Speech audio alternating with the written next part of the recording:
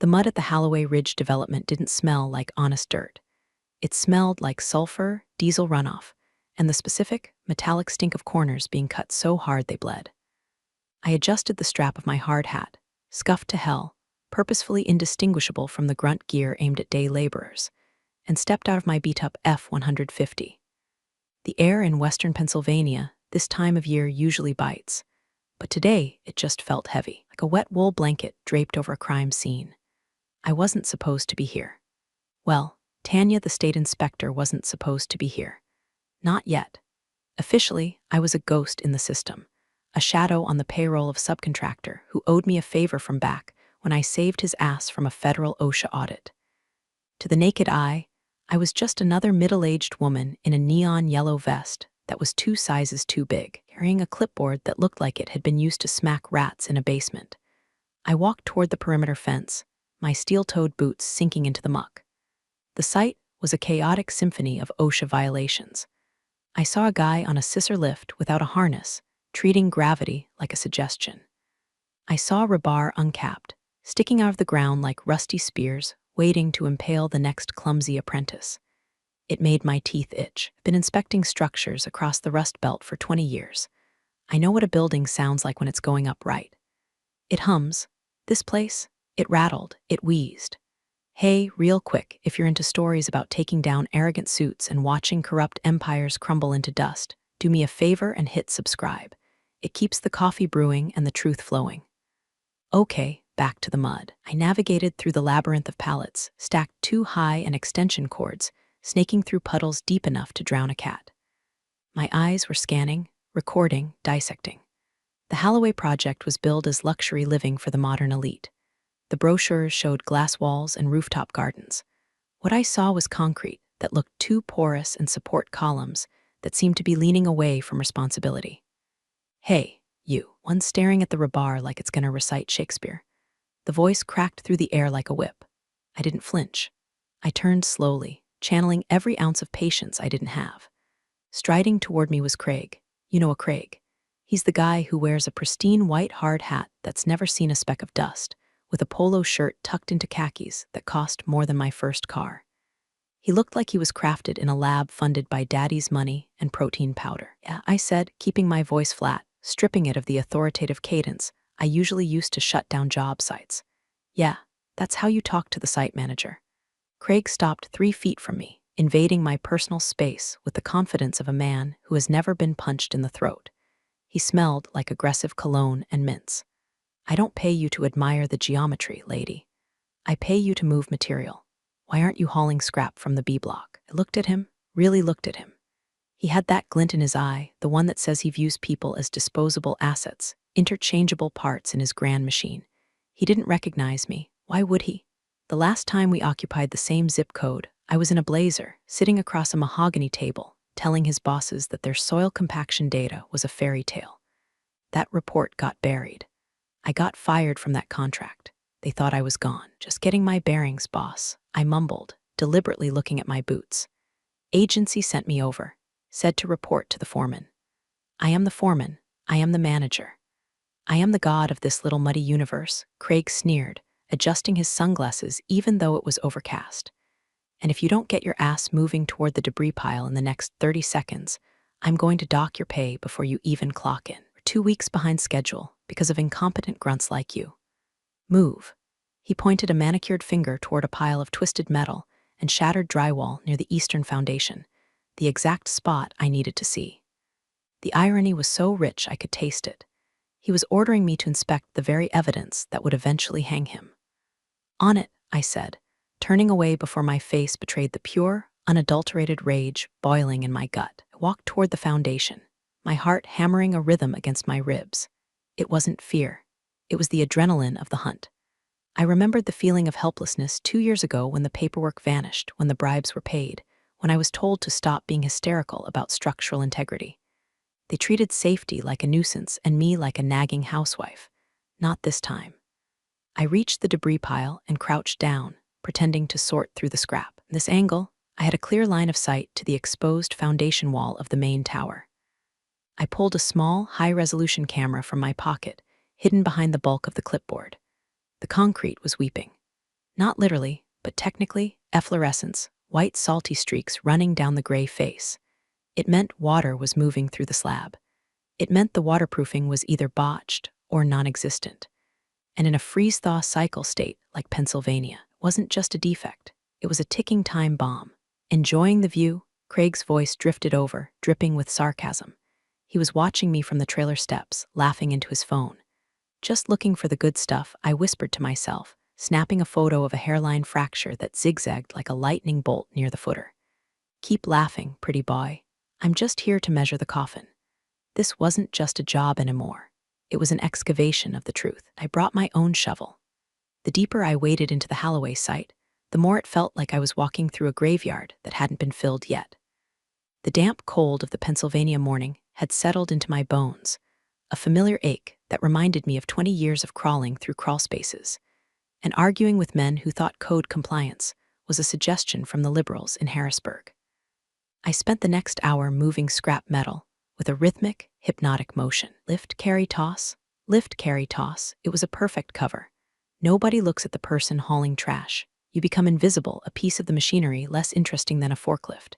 But my eyes were sharp, darting left and right, cataloging the sins of this construction site. That's when I saw the truck.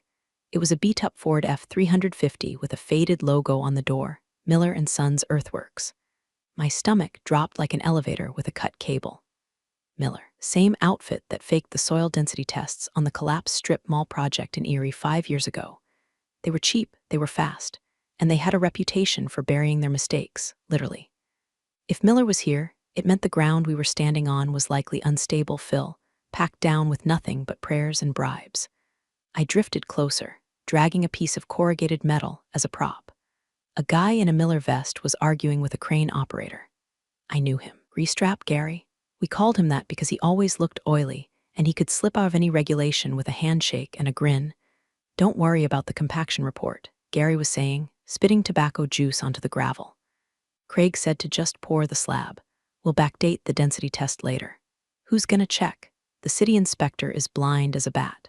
I clenched the clipboard so hard the plastic cracked. They weren't just cutting corners. We're erasing the map. Backdating density tests meant they were building a 10-story luxury condo on a foundation of jello. I needed to get closer to the welding crew. The structural steel is the skeleton of the beast. If the bones are bad, the body falls. I hauled my pile of scrap toward the welding station, where sparks were cascading down like angry fireworks.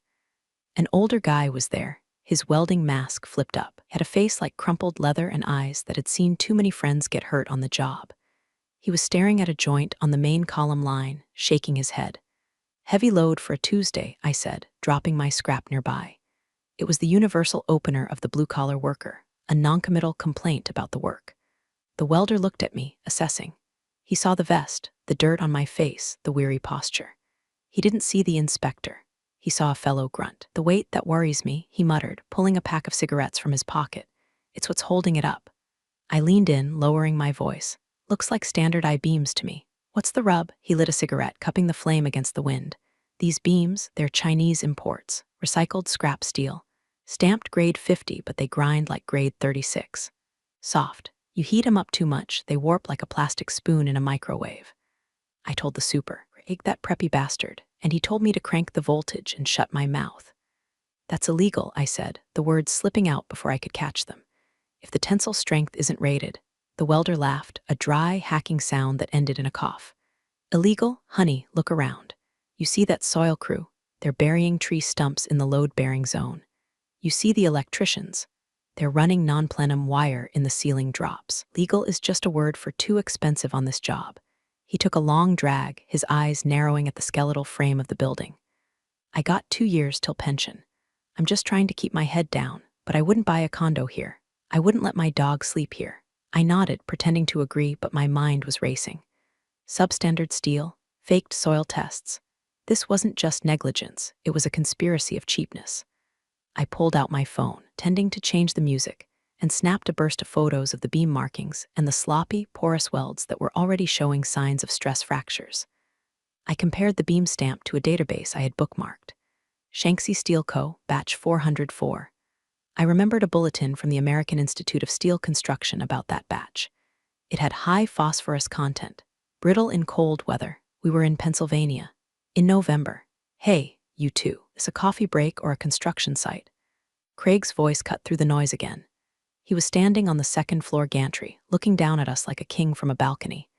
Get back to work, he screamed, and you, trash lady, if I see you standing still again, you're walking home. The welder flipped his mask down, retreating into his sparks. I grabbed my debris and moved, head down. Trash lady, I whispered to myself, tasting the grit in my teeth. That's fine, Craig, keep talking, 'cause I'm finding plenty of trash, and most of it is wearing a white hard hat. I had the steel, I had the soil, but I needed the paper. I needed to know who signed off on this death trap, and I knew exactly where to find it. By noon, the sun had tried to break through the clouds and failed, leaving the sky the color of a bruised shin. My back was screaming. It had been a few years since I did actual manual labor. Hauling galvanized pipe across a muddy lot is a young person's game. But the physical pain was nothing compared to the mental torture of watching this disaster unfold in real time. I was near the temporary site office, a double-wide trailer sitting on cinder blocks, trying to get a look at the permit board posted in the window. Legally, they have to display the active permits. Usually, on a job this dirty, hang them behind dirty glass or stack boxes in front of them. I was squinting at a permit that looked like it had been photocopied 3 times when the door banged open.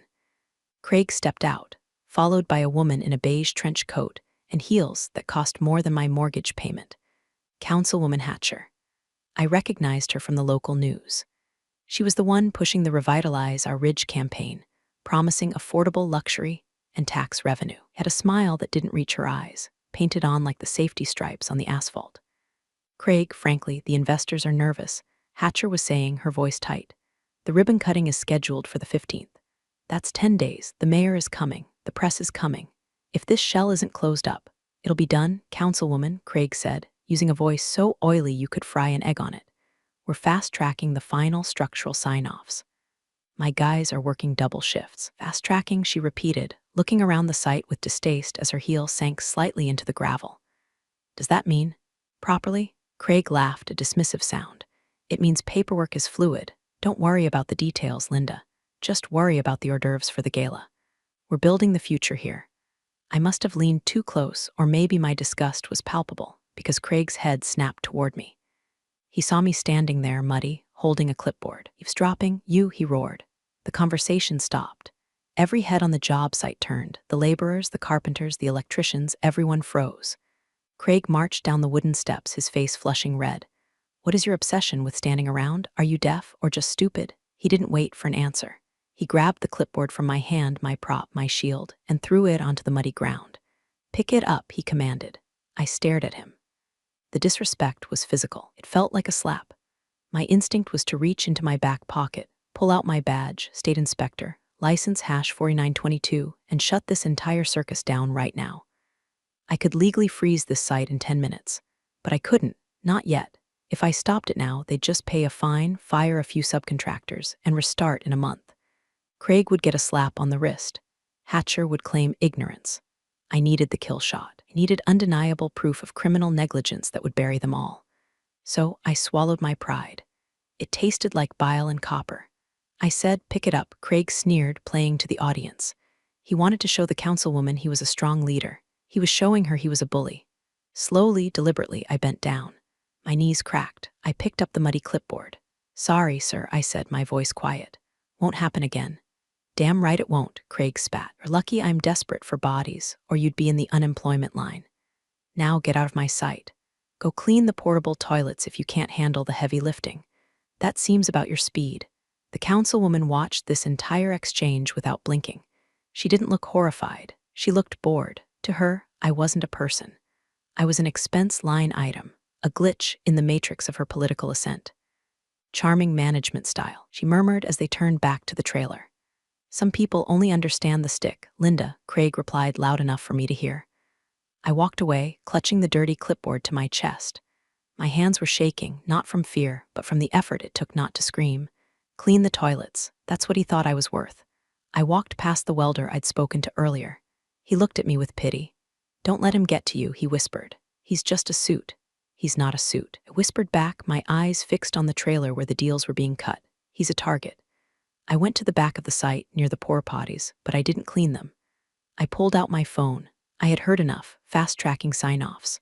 That meant the fix was in at the permit office. I dialed a number I hadn't called in 2 years. Hello? A hesitant male voice answered. Dave, I said, my voice hard as flint. It's Tanya. Don't hang up. I need to know who is handling the Holloway file at the county office. And don't tell me you don't know, because you owe me. There was a silence on the line, then a sigh. Tanya, you shouldn't be poking around there. It's marked priority red. That means hands off. It goes straight to the deputy director. The deputy director, I repeated. The one who just bought a new boat. I didn't say that, Dave stammered. You didn't have to, I said. Meet me tonight. Diner on Route 9. Bring coppers. I hung up. The humiliation burned in my chest, a hot, focused fire. Craig thought he had broken me. He thought he had asserted his dominance. All he had done was ensure his own destruction. He wanted the toilets cleaned? Fine. I was about to flush his entire career. The diner on Route 9 was the kind of place where the menu was sticky. The coffee tasted like battery acid. The waitress looked like she knew exactly how you were going to die. It was perfect. No one from Craig's country club world would ever be caught dead here. I sat in a corner booth, nursing a mug of black coffee, watching the headlights sweep across the rain-slicked parking lot. I had scrubbed the job site mud off my face, but I couldn't scrub the anger out of my pores. It had settled in deep. At 11 o'clock p.m., Dave walked in. He looked terrible. Pale, nervous, clutching a manila envelope like it was a bomb. Dave was a good kid once, a junior clerk in the permit office who actually cared about codes. But the system grinds the good ones down until they're just cogs trying not to get crushed. He slid into the booth opposite me, refusing to make eye contact. He didn't order anything. You look like hell, Tanya, he said softly. I look like a laborer, I corrected him. Which is what I am these days, apparently. Laborer who cleans toilets. I heard about the Holloway site, Dave whispered, glancing around the empty diner. Everyone knows, it's the Golden Child project. The mayor wants it done before the election. Hatcher is pushing it. The developers are throwing money around like confetti. And the inspections? I asked, leaning in. How are they passing soil compaction when I saw them burying tree stumps? How are they passing the steel framing when the welds look like bubblegum? Dave hesitated, then slid the envelope across the chipped formica table. Open it. I undid the clasp and pulled out a stack of photocopies. My eyes scanned the documents, my inspector's brain translating the bureaucratic gibberish into a narrative of crime. Permit #8892B, foundation approval. Signed by nobody. It was stamped administratively approved per Directive 12. Directive 12? I asked, looking up. When does a directive override a physical inspection? Since the deputy director created it last month, Dave said, his voice trembling. It allows for expedited review based on contractor reputation. Basically, if the developer is on the VIP list, they self-certify. I felt a vein throb in my temple. Self-certify? Craig is self-certifying his own safety checks. It gets worse, Dave said, pointing to the second page. I flipped the sheet. It was an email chain. Internal correspondence between the developer, Holloway Group, and the deputy director's office. Subject, the problem. From Craig M. at Holloway Group Com to DD Office Private Body, we have a potential issue. There's a rumor that the old inspector, Tanya Redacted, is sniffing around. She's flagged as disgruntled in the system, right? If she files anything, I need it to go straight to the shredder. We can't afford delays. Cracks in the east slab are cosmetic. We're patching them tomorrow. The cracks in the east slab, I read aloud, the words tasting like poison. He admits it.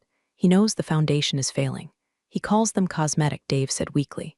They aren't cosmetic, Dave. I slammed the table, rattling the silverware. I saw them today. They're structural shear fractures. If that building is fully loaded with people and furniture, and we get a heavy snow load, that slab shears. Whole eastern wing collapses. We're talking about a pancaked building. We're talking about bodies. Dave flinched. I know, that's why I came. I can't sleep, Tanya. I signed these papers because I have a mortgage and 2 kids, but I can't have blood on me. I looked at him. He was a coward, yes. But he was a coward who had given me the weapon I needed. You did good, Dave, I said, tucking the documents into my jacket. This email chain, this is the smoking gun. Proves intent. It proves they know the danger and they're hiding it to meet a deadline. What are you going to do? Dave asked, his eyes wide with fear. If you go public now, they'll spin it. They'll say you're a crazy, fired ex-employee with a grudge. They'll say the documents are faked. He's right, I thought, the disgruntled flag. They had preemptively discredited me. If I went to the press now, it would be a he said, she said, and the guy with the expensive suit usually wins those. Not going to the press yet, I said, standing up and throwing a $10 bill on the table. I need one more thing. I need to catch him in the act of covering it up. He said they're patching the cracks tomorrow. Dave nodded. That's what the email said. Good, I smiled, but it wasn't a nice smile. It was the smile of a wolf watching a sheep wander away from the herd.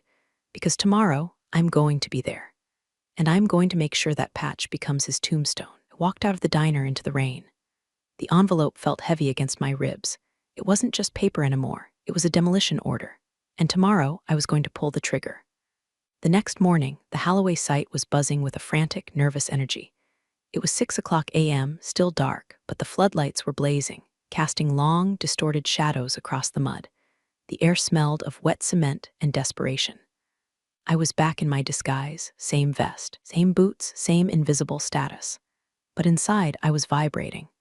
I had the documents from Dave tucked into the lining of my jacket, wrapped in plastic. Today was the day Craig was going to try to bury the truth under 6 inches of cosmetic concrete. I made my way to the east slab. This was the critical failure point. Yesterday, I had seen the fractures. Today, a crew was already there. They weren't structural repair specialists. They were finishers, guys with trowels and buckets of quick patch, a high-strength epoxy used to hide surface blemishes. You use quick patch to fix a chipped step. You don't use it to glue a crumbling foundation back together. I grabbed a broom and started sweeping nearby, inching closer. Make it look smooth, Craig was barking. He was there early, holding a coffee cup, pacing back and forth. The inspectors are coming for the final walkthrough at 2:00 p.m. If they see a single hairline crack, we'll fire every one of you. Boss, this crack is deep, one of the finishers said, hesitation in his voice. He stuck a trowel into the fissure. It went in 2 inches. The rebar inside looks rusted like rusted through. Did I ask for a structural analysis? Craig snapped. I asked for a surface finish. Fill it, smooth it, paint it with the gray sealant. By the time it dries, it'll look like virgin concrete. I watched as they poured the epoxy into the wound of the building. It was like putting a Band-Aid on a severed artery. They were literally sealing the evidence of the building's impending failure. A young guy in a white hard hat, a junior engineer, fresh out of college by the looks of him, walked up to Craig. He held a tablet. Craig, the kid said, his voice shaking. I'm looking at the load calculations. If we pour the topping slab today, the added weight on this fractured section. The safety factor drops below 1.0. It could shear. Craig turned on him, his eyes cold and dead. What's your name, kid? Kevin, the kid stammered. Well, Kevin, do you like your job? Do you like paying off those student loans? Craig stepped closer, looming over him. Because in the real world, we don't live in a textbook. We live in deadlines. The safety factor is whatever I say it is. We have a variance from the city. Do you understand? But the variance doesn't change physics, Kevin whispered. Get off my site, Craig said quietly. Go sit in the trailer and process invoices. If I hear another word about physics from you, you'll be blacklisted in this state before lunch. Kevin swallowed hard, looked at the crack being filled with goo, looked at Craig, and then walked away. He chose his paycheck over his integrity. I didn't blame him. He was young. He was scared. But I wasn't young. And I wasn't scared. I waited until Craig moved off to yell at a forklift driver. I pulled out my phone. I needed a picture of the repair while it was still wet. I needed to prove that underneath that smooth gray surface, the concrete was screaming. I moved fast. I dropped the broom, stepped over the caution tape, and knelt by the patch. The epoxy was still tacky. I shoved the end of a zip tie into the goop, gauging the depth. It sank deep, void space. There was a hollow pocket under there. Click, click, click, I got the shots. The wet patch, rusted rebar visible through the goo. The time stamp. Hey, you, I froze. It was the finisher. He was staring at me, trowel in hand. What the hell are you doing? He asked, suspicious. I stood up, wiping my hands on my pants. I had to improvise. Craig sent me, said he wanted a progress photo for the daily log, wants to make sure the color match is right. The finisher squinted at me, then shrugged. Whatever. Tell him it's drying fast. I nodded and walked away, heart thudding against my ribs like a trapped bird. I had it. I had the document. I had the photo of the cover-up. I had the witness intimidation, Kevin. I walked to the perimeter fence and slipped out. I stripped off the vest and threw it into the bed of my truck. Goodbye, laborer, I said to myself. I opened the passenger door and pulled out a garment bag. Inside was my official state uniform. Navy blue blazer with the seal of the Commonwealth of Pennsylvania. Gray slacks, ID badge on a lanyard, and a hard hat that wasn't scuffed. It was white, pristine, and had the word inspector stenciled across the front in bold black letters. I checked my watch. 10:00 a.m. The final walkthrough was at 2:00 p.m. Craig was expecting a corrupt city official who would sign the paper and take a bribe. He wasn't expecting me. I drove to a gas station down the road to change. As I looked in the mirror, buttoning the crisp white shirt, I didn't see the tired, middle-aged woman anymore. I saw the grim reaper of bad architecture. I applied a layer of lipstick, red, the color of a stop sign. "Okay, Craig," I told my reflection. "Let's see how you handle a woman who doesn't clean toilets." At 1:45 p.m., I parked my truck around the block. I didn't want them to see the beat-up Ford. I wanted to arrive on foot, like a sheriff walking into a saloon where everyone is cheating at cards. I walked to the edge of the site, staying out of sight behind a stack of porta-potties. The transformation was nauseatingly impressive. In just 6 hours, they had scrubbed the site clean. The mud was covered with fresh straw. The debris piles were gone. The wet paint signs were up. Flags were snapping in the wind, American flags, state flags, and the Holloway Group flag, which featured a stylized H that looked suspiciously like a dollar sign. A small crowd had gathered near the main entrance. I saw the expensive cars, a black Mercedes, a Lexus, a town car. Councilwoman Hatcher was there, wearing a hard hat that looked like a fashion accessory, laughing with a group of investors in suits. They were drinking sparkling water out of plastic flutes, celebrating a tomb. Craig was in the center of it all, beaming. Had changed his shirt. Now he was wearing a crisp button-down under his vest. He looked like the hero of the story, the man who got it done. He was pointing at the building, making sweeping gestures, probably talking about architectural vision and community impact.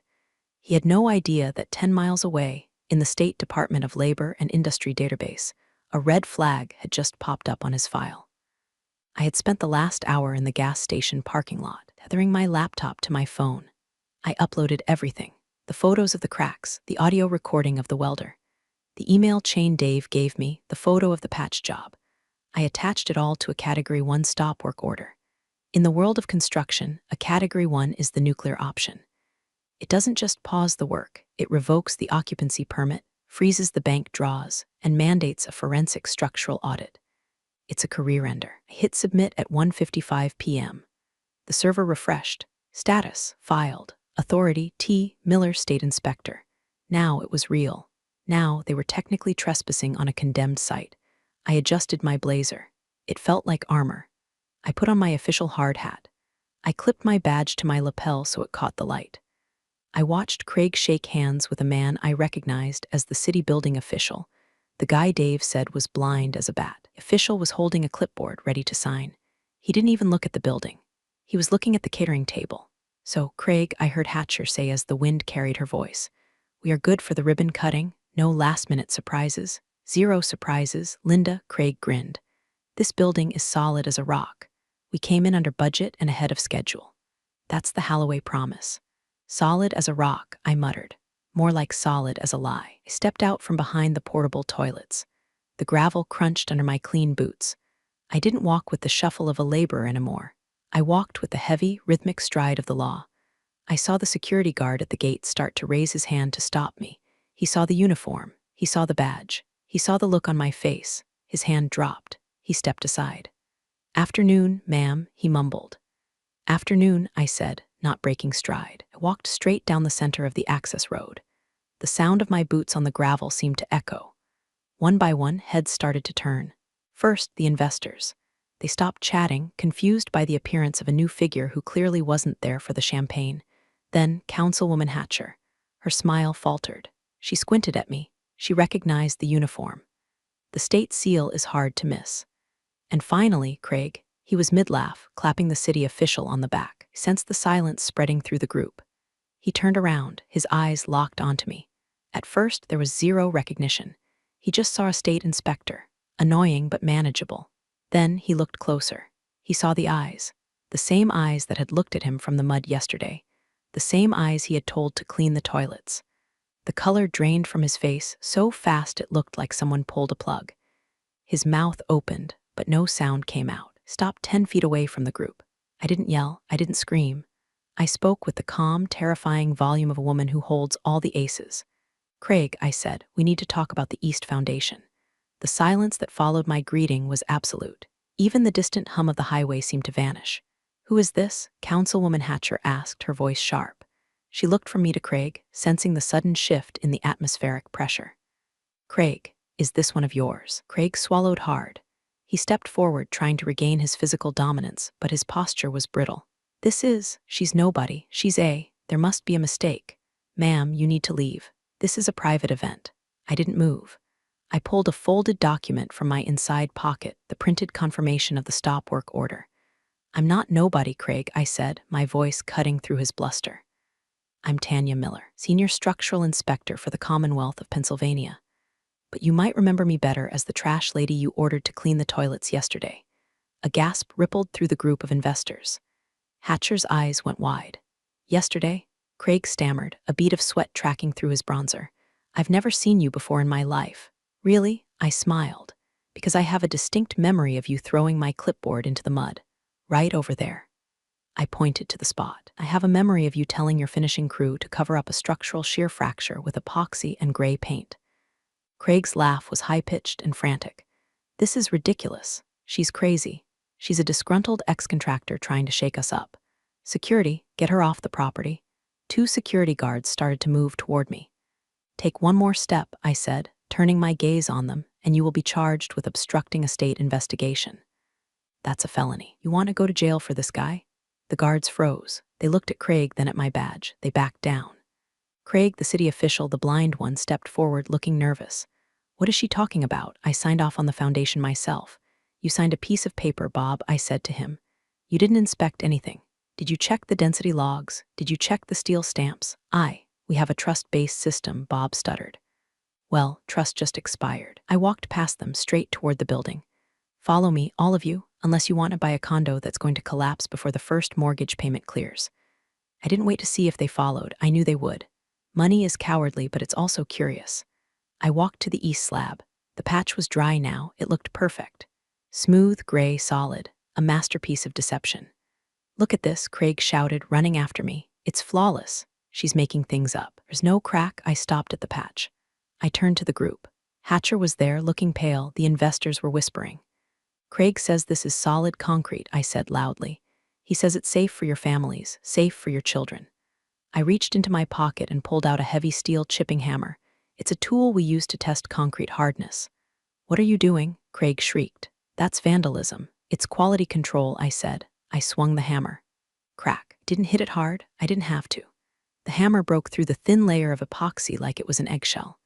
The gray crust fell away, revealing the dark, gaping void underneath. A chunk of concrete fell into the hole, vanishing into the hollow space below. The crowd gasped. I hooked the hammer into the hole and pulled. A large section of the patch ripped away, exposing the rusted, twisted rebar that I had photographed yesterday. It looked like the jagged teeth of a skull. That, I said, pointing at the rot with my hammer, is a structural failure. It's not a cosmetic blemish. It's a death sentence. I turned to Craig. He was shaking. He looked like a child who had been caught stealing from the collection plate.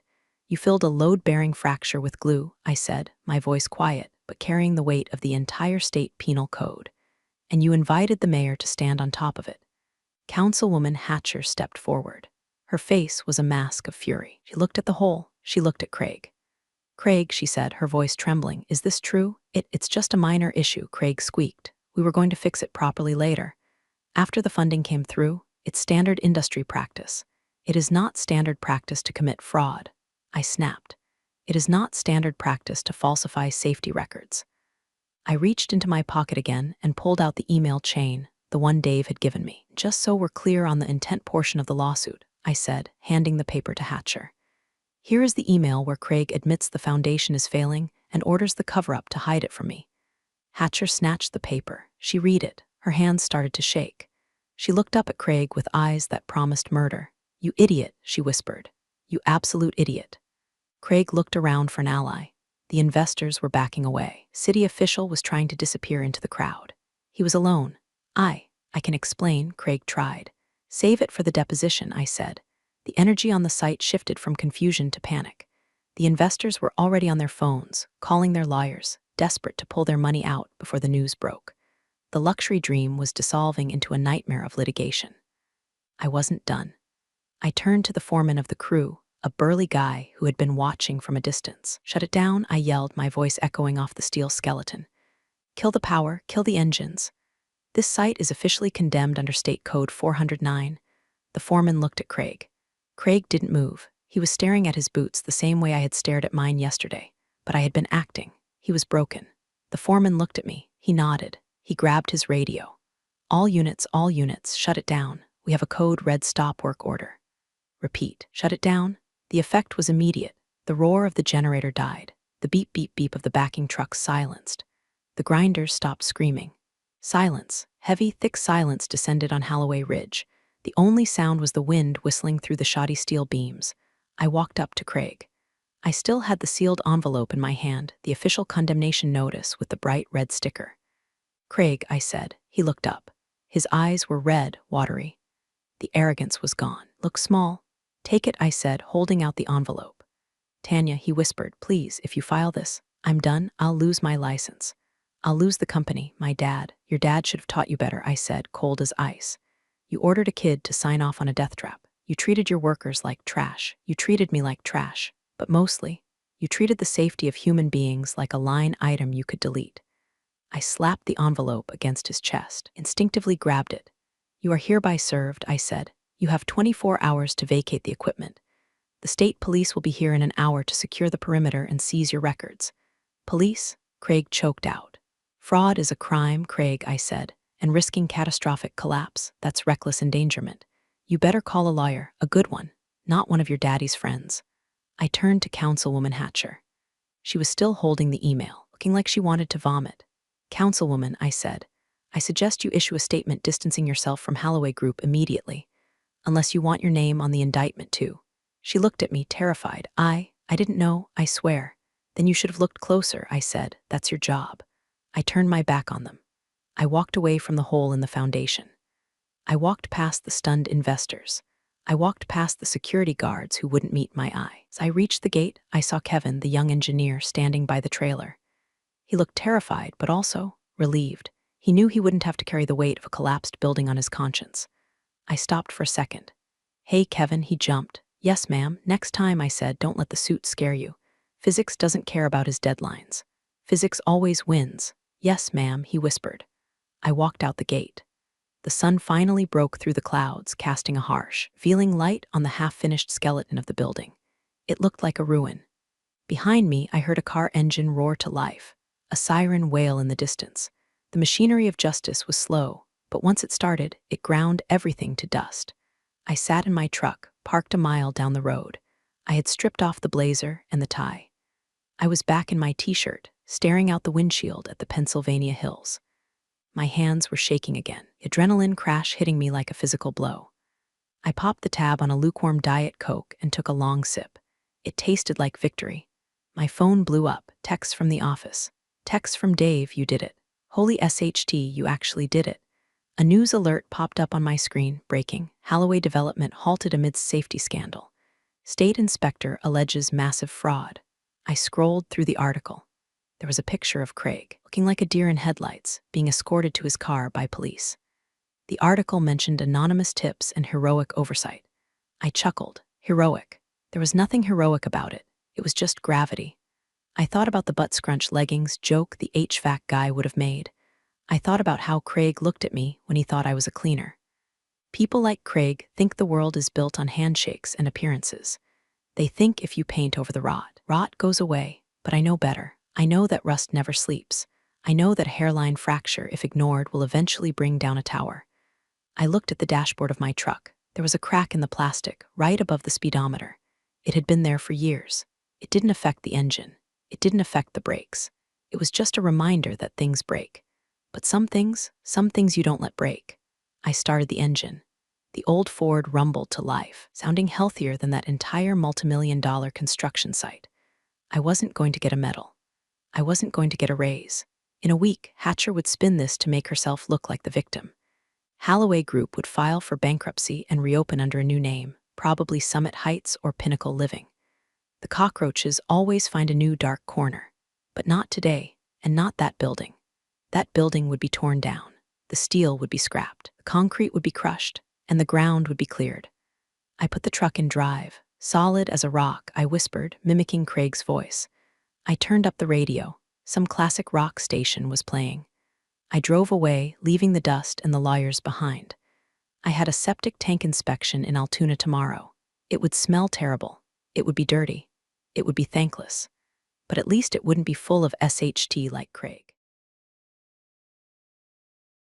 Workplaces don't hand out justice memos, but somehow it always finds the right inbox. This story was proof that quiet moves beat loud egos every time. Thanks for listening. See you next time.